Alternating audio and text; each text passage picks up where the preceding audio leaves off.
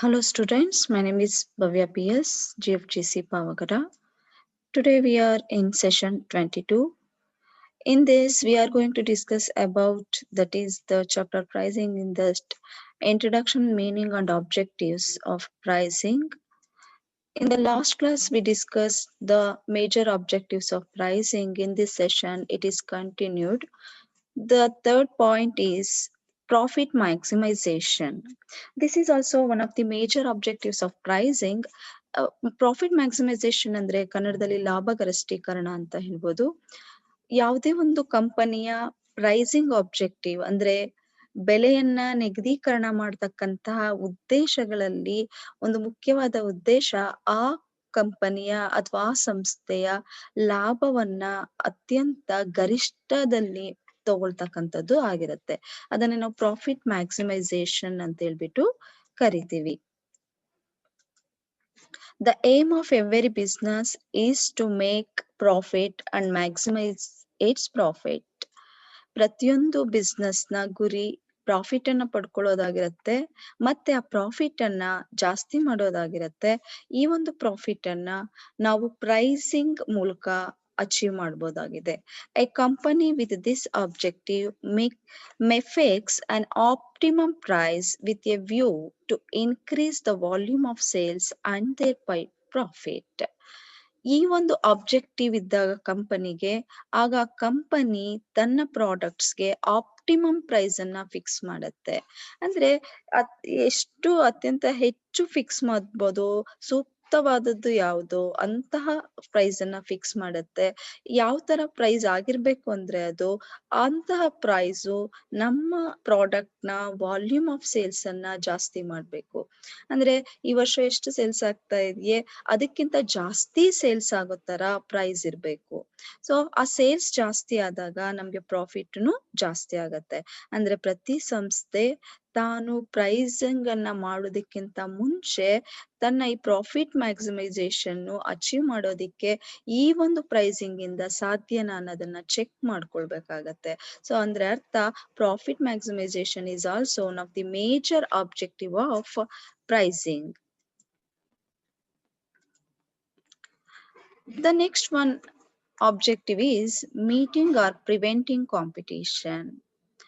See here, we all know that in every area there is competition, even in business also. ಪ್ರತಿಯೊಂದು ಏರಿಯಾದಲ್ಲಿ competition ಇದ್ದೇ ಇದೆ, business ಅಲ್ಲೂ ಸಹ ಅದೇ ರೀತಿ ಇದೆ. ಸೊ ನಾವು ಕಾಂಪಿಟೇಷನ್ ಅನ್ನ ಮೀಟ್ ಮಾಡ್ಬೇಕು ಅಥವಾ ಕಾಂಪಿಟೇಷನ್ ಅನ್ನ ಪ್ರಿವೆಂಟ್ ಮಾಡ್ಬೇಕು ಅಂತ ಹೇಳಿದ್ರೆ ಸಹ ಪ್ರೈಸಿಂಗ್ ಅನ್ನ ಯೂಸ್ ಮಾಡ್ಕೊಂಡು ನಾವು ಕಾಂಪಿಟೇಷನ್ ಅನ್ನ ಪ್ರಿವೆಂಟ್ ಮಾಡ್ಬೋದು. ಹೇಗೆ many firms fix the price for their products so as to meet competition or prevent competition. Pricing ಪಾಲಿಸಿನ ಕೇವಲ ಪ್ರಾಫಿಟ್ ಅನ್ನ ಮ್ಯಾಕ್ಸಿಮೈಸ್ ಮಾಡ್ಕೊಳ್ಳೋದಕ್ಕೆ ಅಥವಾ ಪ್ರಾಫಿಟ್ ಅನ್ನ ಗಳಿಸೋದಕ್ಕೆ ಅಷ್ಟೇ ಅಲ್ಲ, ನಮ್ಮ ಪ್ರಾಡಕ್ಟ್ಸ್ಗೆ ಇರ್ತಕ್ಕಂತಹ ಕಾಂಪಿಟೇಷನ್ ಅನ್ನ ಪ್ರಿವೆಂಟ್ ಮಾಡೋದಕ್ಕೂ ಸಹ ಯೂಸ್ ಮಾಡ್ಕೊಳ್ಬಹುದು.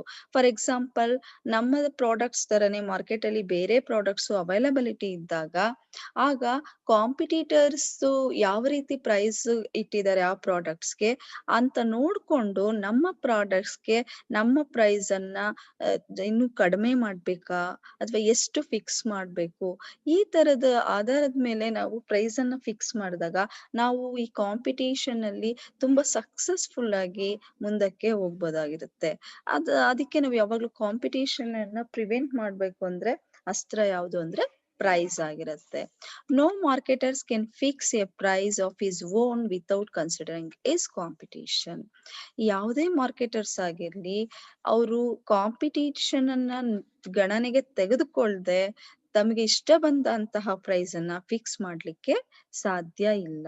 ಸೊ ಅದರಿಂದ ನಮ್ಮ ಪ್ರೈಸಿಂಗ್ ಅನ್ನ ಫಿಕ್ಸ್ ಮಾಡ್ಬೇಕಾದ್ರೆ ಇದು ಸಹ ನಮ್ಮ ಉದ್ದೇಶ ಆಗಿರುತ್ತೆ.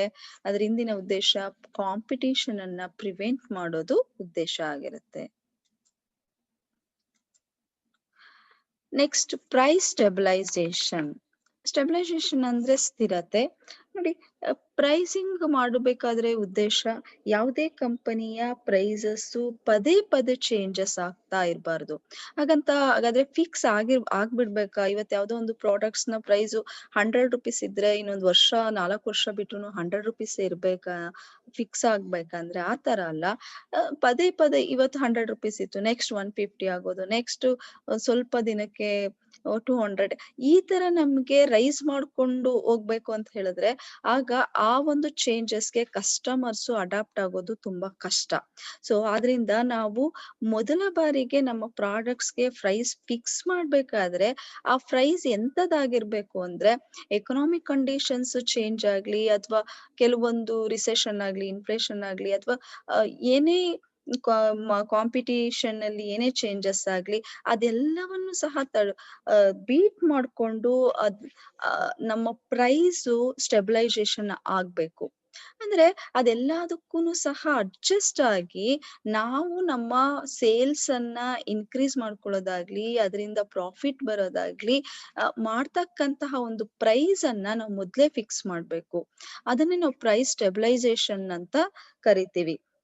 ಇಲ್ವಾದ್ರೆ ಏನಾಗುತ್ತೆ, ಒಂದ್ಸರ್ತಿ ನಾವು ಪ್ರೈಸ್ ಅನ್ನ ಫಿಕ್ಸ್ ಮಾಡಿರ್ತೀವಿ, ಯಾವ್ದೋ ಕಾರಣಕ್ಕೆ ಆಫ್ಟರ್ 6 months 1 year ತುಂಬಾ ಪ್ರಾಡಕ್ಟ್ಸ್ ನ ಬೆಲೆಗಳು ತುಂಬಾನೇ ಚೇಂಜ್ ಆಗತ್ತೆ ಅಂತ ಅನ್ಕೊಳ್ಳಿ, ರಾ ಮೆಟೀರಿಯಲ್ಸ್ ವ್ಯಾಲ್ಯೂಸ್ ಚೇಂಜ್ ಆಗ್ಬಿಡತ್ತೆ ಅಂದ್ಕೊಳ್ಳಿ. ನಮ್ಗೆ ಅವಾಗ ಕಾಸ್ಟ್ ಆಫ್ ಪ್ರೊಡಕ್ಷನ್ ಜಾಸ್ತಿ ಆಗ್ಬಿಡುತ್ತೆ.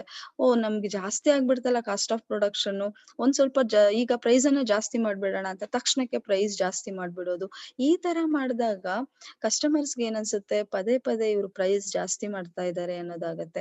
ಆದ್ರಿಂದ ನಾವು ಮೊದಲನೇ ಬಾರಿಗೆ ಪ್ರೈಸ್ ಅನ್ನ ಫಿಕ್ಸ್ ಎಂತಹ ಪ್ರೈಸ್ ಅನ್ನ ಫಿಕ್ಸ್ ಮಾಡ್ಬೇಕಂದ್ರೆ ಆ ಪ್ರೈಸು ಮಿನಿಮಮ್ ಸ್ವಲ್ಪ ಕಾಲದವರೆಗೂ, ಮಿನಿಮಮ್ ಸ್ವಲ್ಪ ಇಯರ್ಸ್ ವರೆಗೂ ಸ್ಟೆಬಿಲೈಸ್ಡ್ ಆಗಿ ಇರ್ಬೇಕು ಅಂತ ಪ್ರೈಸ್ ಅನ್ನ ಫಿಕ್ಸ್ ಮಾಡ್ಬೇಕು. So what is the objective of fixation of pricing ಅಂತ ಹೇಳಿದ್ರೆ ಸ್ಟೆಬಿಲೈಸ್ಡ್ ಆಗಿರ್ಬೇಕು. The price once fixed should be stabilised. Price stabilization means bringing price of the product at a narrow range and preventing frequent and violent fluctuations in price. Narrow range ಅಂದ್ರೆ ತುಂಬಾ ಚಿಕ್ಕದಾಗಿರ್ತಕ್ಕಂತಹ ಒಂದು space ಅಂತ. ತುಂಬಾ ಚಿಕ್ಕದಾಗಿ change ಮಾಡ್ಬೇಕಷ್ಟೇ, ತುಂಬಾ ಜಾಸ್ತಿ difference ಅಲ್ಲಿ change ಮಾಡೋ ತರ ಇರಬಾರ್ದು. ನಮ್ ಏನು ಮಾರ್ಕೆಟಿಂಗ್ ಕಂಡೀಷನ್ಸ್ಗೆ ಒಳಪಟ್ಟು ಸ್ವಲ್ಪ ಮಾತ್ರ ಚೇಂಜ್ ಮಾಡ್ಕೊಳ್ಳೋ ತರ ನಮ್ಮ ಪ್ರೈಸ್ ಅನ್ನ ಮೊದಲೇ ಫಿಕ್ಸ್ ಆಗಿರ್ಬೇಕು. And preventing frequent and violent fluctuations in price. ಯಾಕೆ ಈ ತರ ಪ್ರೈಸ್ ಫಿಕ್ಸ್ ಮಾಡ್ತೀವಿ ಅಂತ ಹೇಳಿದ್ರೆ, ಫ್ರೀಕ್ವೆಂಟ್ ಅಂದ್ರೆ ಪದೇ ಪದೇ, violent fluctuations in price. Fluctuations ಅಂದ್ರೆ ಹೆಚ್ಚು ಕಡಿಮೆ ಆಗ್ತಕ್ಕಂಥದ್ದು, ಒಂದ್ಸರ್ತಿ ಜಾಸ್ತಿ ಮಾಡೋದು, ಒಂದ್ಸರ್ತಿ ಕಡಿಮೆ ಮಾಡ್ಬೇಕಾಗತ್ತೆ ಪ್ರೈಸ್ ಗಳನ್ನ. ಇಂಥವುಗಳನ್ನ ನಾವು ಆದಷ್ಟು ಅವಾಯ್ಡ್ ಮಾಡ್ಬೇಕು, ಅಂತ ಪ್ರೈಸ್ ಅನ್ನ ನಾವು ಸೆಲೆಕ್ಟ್ ಮಾಡ್ಬೇಕಾಗತ್ತೆ. ಅಂದ್ರೆ ಪ್ರೈಸಿಂಗ್ ಮಾಡತಕ್ಕಂತ ಇಂದಿನ ಉದ್ದೇಶ ಏನಾಗಿರ್ಬೇಕು ಅಂತ ಹೇಳಿದ್ರೆ, ಅದು ಸ್ಟೆಬಿಲೈಸೇಷನ್ ಆಗಿ ಇರುತ್ತಾ ಆ ಪ್ರೈಸು ಅಂತ ಹೇಳ್ಬಿಟ್ಟು ಅದನ್ನ ನೋಡಿ ನಾವು ಗಮನ ಕೊಟ್ಟು ಕನ್ಸಿಡರ್ ಮಾಡಿ ಅಂತಹ ಪ್ರೈಸ್ ಅನ್ನ ನಾವು ಫಿಕ್ಸ್ ಮಾಡ್ಬೇಕಾಗತ್ತೆ. It also prevent price war against the competitors. ಮತ್ತೆ ಇನ್ನೊಂದು ಉದ್ದೇಶ, ಆ ಪ್ರೈಸ್ ಹೇಗಿರ್ಬೇಕು ಅಂತ ಹೇಳಿದ್ರೆ ಕಾಂಪಿಟೇಟರ್ಸ್ ವಿರುದ್ಧ ಯುದ್ಧ ಮಾಡ್ಬೇಕು. ಯುದ್ಧ ಅಂದ್ರೆ ಇಲ್ಲಿ ಅರ್ಥ, ಕಾಂಪಿಟೇಟರ್ಸ್ ಯಾರಿರ್ತಾರೆ ಅವ್ರು ಏನೇ ಪ್ರೈಸ್ ಫಿಕ್ಸ್ ಮಾಡ್ಲಿ ಆ ಒಂದು ಪ್ರೈಸ್ಗೆ ನಮ್ಮ ಪ್ರೈಸು ಅಡ್ಜಸ್ಟ್ ಆಗ್ಬೇಕು ಅಂತ ಹೇಳಿದ್ರೆ, ಅವ್ರು ರೈಸ್ ಮಾಡ್ಲಿ ಅಥವಾ ಕಡಿಮೆ ಮಾಡ್ಲಿ, ನಾವು ಮೊದಲೇ ಊಹೆ ಮಾಡ್ಕೊಳ್ಬೇಕು ನಮ್ಮ ಕಾಂಪಿಟೇಟರ್ಸ್ ಯಾರ್ಯಾರಿದ್ದಾರೆ, ಅವರ ಪ್ರೈಸಸ್ ಎಷ್ಟಿದಾವೆ, ಅವ್ರು ಜಾಸ್ತಿ ಮಾಡೋದಾದ್ರೆ ಎಷ್ಟು ಮಾಡಬಹುದು, ಈ ತರದೆಲ್ಲ ಪಾಯಿಂಟ್ಸ್ ಕನ್ಸಿಡರೇಷನ್ ಮಾಡಿದಾಗ ನಾವು ಸ್ಟೆಬಿಲೈಸೇಷನ್ ಆಗಿ ಇಟ್ಕೊಳ್ಬಹುದು ಪ್ರೈಸ್ ಅನ್ನ. ಸೊ ಪ್ರೈಸಿಂಗ್ ಅಂದ್ರೇನೆ ಅರ್ಥ, ನಾವು ಕಸ್ಟಮರ್ಸ್ಗೆ ರೀಚ್ ಮಾಡೋದಕ್ಕಿಂತ ಮುಂಚೆ ಪ್ರಾಡಕ್ಟ್ಗೆ ಒಂದು ಪ್ರೈಸ್ ಅನ್ನ ಫಿಕ್ಸ್ ಮಾಡೋದು. ಸೊ ಈ ಸ್ಟೆಬಿಲೈಸೇಷನ್ ಆಗಿರ್ತಕ್ಕಂತಹ ಒಂದು ಪ್ರೈಸ್ ಅನ್ನ ಇಷ್ಟು ರೂಪಾಯಿಗಳನ್ನ ಒಂದು ಪ್ರಾಡಕ್ಟ್ಗೆ ನಾವು ಫಿಕ್ಸ್ ಮಾಡಿದ್ರೆ ಅದನ್ನ ಪದೇ ಪದೇ ಚೇಂಜ್ ಮಾಡೋದಕ್ಕೆ ಅವಶ್ಯಕತೆ ಇರಲ್ಲ. ಯಾವುದೇ ಮಾರ್ಕೆಟಿಂಗ್ ಕಂಡೀಷನ್ಸ್ ಏನೇ ಚೇಂಜ್ ಆದ್ರೂ ಸಹ ತುಂಬಾ ಡಿಫ್ರೆನ್ಸ್ ಅಲ್ಲಿ ಚೇಂಜ್ ಮಾಡೋದು ಅವಶ್ಯಕತೆ ಇಲ್ಲ ಅಂತಿರತ್ತಲ್ಲ, ಅಂತ ಪ್ರೈಸ್ ಅನ್ನ ಫಿಕ್ಸ್ ಮಾಡ್ಬೇಕಾಗತ್ತೆ. The next point is pricing for market skimming. So ನೋಡಿ, ಇನ್ನೊಂದು ಉದ್ದೇಶ ಏನಾಗಿರುತ್ತೆ ಯಾವುದೇ ಕಂಪ್ನಿಯು ಪ್ರೈಸ್ ಅನ್ನ ಫಿಕ್ಸ್ ಮಾಡ್ಬೇಕಾದ್ರೆ ಅಂತ ಹೇಳಿದ್ರೆ, ಈ ಸ್ಕಿಮ್ಮಿಂಗ್ ಅಂತಕ್ಕಂಥದ್ದು ವೆರಿ ವೆರಿ ಇಂಪಾರ್ಟೆಂಟ್ ಆಗಿರುತ್ತೆ. ಏನಂತ ನೋಡೋಣ ಇದು. The goal of many manufacturers is profit maximisation at the shortest time. ನೋಡಿ, ಈಗ ನಾವು ಲಾಸ್ಟ್ ಪಾಯಿಂಟ್ಸ್ ಅಲ್ಲಿ ಏನು ಸ್ಟಡಿ ಮಾಡಿದ್ವಿ, ಮಾರ್ಕೆಟ್ ಶೇರ್ ಬಗ್ಗೆ ಸ್ಟಡಿ ಮಾಡಿದ್ವಿ. ಜಸ್ಟ್ ಮಾರ್ಕೆಟ್ ಶೇರ್ಗೆ ಸ್ವಲ್ಪ ಆಪೋಸಿಟ್ ಅಂತ ಅಂದ್ಕೊಳ್ಬಹುದು. ಆ ಉದ್ದೇಶ ಮತ್ತು ಈ ಉದ್ದೇಶಕ್ಕೆ ಸ್ವಲ್ಪ ಡಿಫ್ರೆನ್ಸ್ ಇರುತ್ತೆ. ಮಾರ್ಕೆಟ್ ಶೇರ್ ಅಲ್ಲಿ ಏನಾಗುತ್ತೆ, ನಮ್ಮ ಪ್ರೈಸ್ ನಮಗೆ ಪ್ರಾಫಿಟ್ ಕಡಿಮೆ ಬಂದ್ರೂ ಪರವಾಗಿಲ್ಲ, ನಾವು ಆದಷ್ಟು ಮಾರ್ಕೆಟ್ ಅನ್ನ ಆಕ್ಯುಪೈ ಮಾಡ್ಬೇಕು ಅನ್ನೋ ಉದ್ದೇಶ ಇದ್ದಾಗ ಪ್ರೈಸ್ ಅನ್ನ ಸ್ವಲ್ಪ ಕಡಿಮೆ ಇಟ್ಕೊಳ್ತಾರೆ. ಯಾಕಂದ್ರೆ ಸ್ವಲ್ಪ ಪ್ರೈಸ್ ಕಡಿಮೆ ಇದ್ದಾಗ ಅದು ಈಸಿಯಾಗಿ ಎಲ್ಲಾ ಕಡೆ ಸೇಲ್ ಮಾಡಬಹುದು, ಅಂದ್ರೆ ಮಾರ್ಕೆಟ್ ಶೇರ್ ಅನ್ನ ಆಕ್ಯುಪೈ ಮಾಡ್ಕೊಳ್ಬಹುದು. ಆದ್ರೆ ಅದಕ್ಕೆ ಆಪೋಸಿಟ್ ಆಗಿರೋ ಉದ್ದೇಶ ಇಲ್ಲದೆ ಮಾರ್ಕೆಟ್ ಸ್ಕಿಮ್ಮಿಂಗ್, ಜಸ್ಟ್ ಕೆನೆ ತೆಗೆತ ಅಂತ ಹೇಳ್ಬಿಡ್ತೀವಿ. ಅಂದ್ರೆ ಎಷ್ಟಾಗುತ್ತೋ ಅಷ್ಟು ತಗೊಂಡ್ಬಿಡೋದು ಪ್ರಾಫಿಟ್ ಅನ್ನ ಸ್ಟಾರ್ಟಿಂಗ್ ಅಂತ. The goal of many manufacture is profit maximisation at the shortest time. ಅಂದ್ರೆ ಇದನ್ನ ಯಾವಾಗ ಯೂಸ್ ಮಾಡ್ತೀವಿ ಅಂದ್ರೆ, ನಮ್ಗೆ ನಮ್ಮ ಪ್ರಾಡಕ್ಟ್ ಇನೋವೇಟಿವ್ ಪ್ರಾಡಕ್ಟ್ ಆಗಿರತ್ತೆ. ಸೊ ಇನೋವೇಟಿವ್ ಪ್ರಾಡಕ್ಟ್ ಆಗಿದ್ದಾಗ ಅಂತ ಪ್ರಾಡಕ್ಟ್ ಇನ್ನೂ ಬಂದಿರಲ್ಲ ಮಾರ್ಕೆಟಿಂಗ್ ಅಲ್ಲಿ. ಸೊ ಅಂತ ಟೈಮಲ್ಲಿ ನಮ್ಮ ಪ್ರಾಡಕ್ಟ್ ತುಂಬಾ ಹೊಸದಾಗಿರೋದ್ರಿಂದ ಅಂತ ಪ್ರಾಡಕ್ಟ್ಸ್ಗೆ ನಾವ್ ಎಷ್ಟು ಹೆಚ್ಚಾಗಿ ಪ್ರೈಸ್ ಇಟ್ರು ಸಹ ಜನ ಕೊಂಡ್ಕೊಳ್ತಾರೆ. ಕಸ್ಟಮರ್ಸ್ ಅದನ್ನ ಡಿಮ್ಯಾಂಡ್ ಇರುತ್ತೆ, ಅದನ್ನ ಪರ್ಚೇಸ್ ಮಾಡ್ತಾರೆ. ಅಂತ ಸಂದರ್ಭದಲ್ಲಿ ಪ್ರಾಫಿಟ್ ಅನ್ನ ತುಂಬಾ ಮ್ಯಾಕ್ಸಿಮೈಸ್ ಆಗಿ ಪಡ್ಕೊಳ್ಳೋದಕ್ಕೆ ಏನ್ ಮಾಡ್ತಾರೆ, ಶಾರ್ಟೆಸ್ಟ್ ಟೈಮ್ ಅಲ್ಲಿ ಅಂದ್ರೆ ಪ್ರೈಸ್ ಅನ್ನ ತುಂಬಾ ಹೈ ಲೆವೆಲ್ ಅಲ್ಲಿ ಇಡ್ತಾರೆ. ಸೊ ಉದ್ದೇಶ ಏನಾಗಿರುತ್ತೆ, ಶಾರ್ಟೆಸ್ಟ್ ಟೈಮ್ ಅಲ್ಲಿ ಜಾಸ್ತಿ ಪ್ರಾಫಿಟ್ ಅನ್ನ ಪಡ್ಕೊಳ್ಳೋದು. ಸೊ ಆಮೇಲೆ ಬೇಕಾದ್ರೆ ನಾವು ಪ್ರೈಸ್ ಅನ್ನ ಕಡಿಮೆ ಮಾಡ್ಕೊಳ್ತಾ ಹೋಗ್ಬೋದು. ಬಟ್ ಮೊದಲನೇ ಉದ್ದೇಶ ಏನಾಗಿರುತ್ತೆ ಅಂತ ಹೇಳಿದ್ರೆ, ಮಾರ್ಕೆಟ್ ಸ್ಕಿಮ್ಮಿಂಗ್ ಅನ್ನೋದು ನಮ್ಮ ಉದ್ದೇಶ ಆಗಿದ್ದಾಗ, ಹೇಗೆ ಪ್ರೈಸ್ ಅನ್ನ ಫಿಕ್ಸ್ ಮಾಡ್ತೀವಿ, ನಮ್ಮ ಪ್ರಾಡಕ್ಟ್ಸ್ಗೆ ಹೈಯೆಸ್ಟ್ ಪ್ರೈಸ್ ಅನ್ನ ಫಿಕ್ಸ್ ಮಾಡ್ತೀವಿ. Most of them initially fix a price to yield high profit margin. So ತುಂಬಾ ಜನ ಈ ತರ ಫಿಕ್ಸ್ ಮಾಡ್ತಾರೆ. ಯಾಕೆ ಅಂದ್ರೆ ಪ್ರಾಫಿಟ್ಸ್ ಅನ್ನ ಶಾರ್ಟೆಸ್ಟ್ ಟೈಮ್ ಅಲ್ಲಿ ಬೇಗ ತಗೊಳ್ಳೋದಿಕ್ಕೆ. The next objective of pricing is survival. ಅಸ್ತಿತ್ವದಲ್ಲಿರುವುದು ಅಥವಾ ಉಳಿಯುವುದು ಅಂತ ಕರಿಬಹುದು.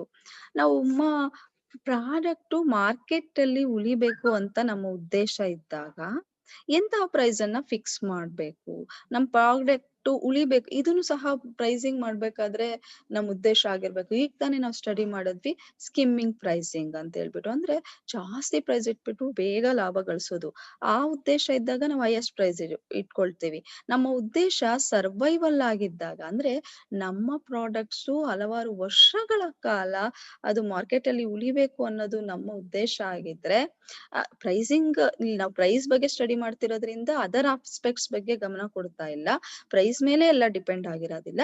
ಬಟ್ ಪ್ರೈಸಿಂಗ್ ಬಗ್ಗೆ ಹೇಳ್ತಾ ಇರೋದ್ರಿಂದ ಪ್ರೈಸ್ ಮೂಲಕ ಈ ಉದ್ದೇಶಗಳನ್ನ ಹೇಗೆ ಸಾಧಿಸಬಹುದು, ಅಥವಾ ಯಾವ್ಯಾವ ಉದ್ದೇಶಗಳನ್ನ ಇಟ್ಕೊಂಡು ನಾವು ಪ್ರೈಸಿಂಗ್ ಅನ್ನ ಮಾಡ್ತಾ ಇರ್ತೀವಿ ಅನ್ನೋದನ್ನ ಸ್ಟಡಿ ಮಾಡ್ತಿರೋದ್ರಿಂದ ಪ್ರೈಸಿಂಗ್ ಬಗ್ಗೆ ನಾವಿಲ್ಲಿ ಕಾನ್ಸಂಟ್ರೇಷನ್ ಮಾಡ್ತಾ ಇರ್ತೀವಿ.